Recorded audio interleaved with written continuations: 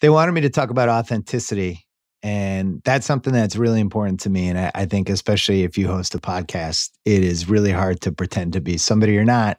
My podcasts are going 2 hours sometimes, and people are trapped. They're listening. You want them to feel like they're a fly in the wall to the conversation you're having.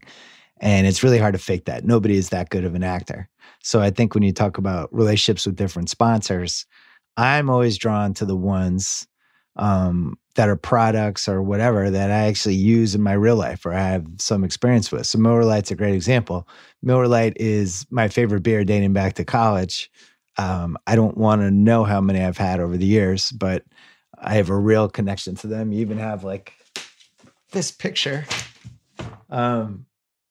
which you can see, but this Celtics poster, the MillerLite ads when I was growing up, as a kid who loved basketball in the 80s, and MillerLite was using these different ex-athletes and even a couple times relatively current athletes.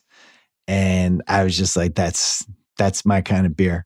So the chance to talk about that on my podcast has been really good. And when you're doing a podcast, people don't want to have to fast forward over the ads. They're just going to listen to them. They're going to hope you can make them entertaining. And that's been a challenge that we've accepted at The Ringer. If you have a half-minute read or a full-minute read, make it interesting, at least sound like you're not reading a script. And if you have a chance to incorporate some personal experience into it, you got to do it. So for me, MillerLite is super easy. It's a product that I've always enjoyed, but that's the kind of stuff we gravitate toward. And I think if you have a brand, a personal brand, or a brand that's attached to a company, you want to seem authentic. And you can't seem authentic. You either are or you aren't. It's not something you can practice. So I think that's been a huge advantage for me having a podcast the last 13 years. And I think that's one of the reasons we've been able to have so many good sponsorships and different relationships in the business community.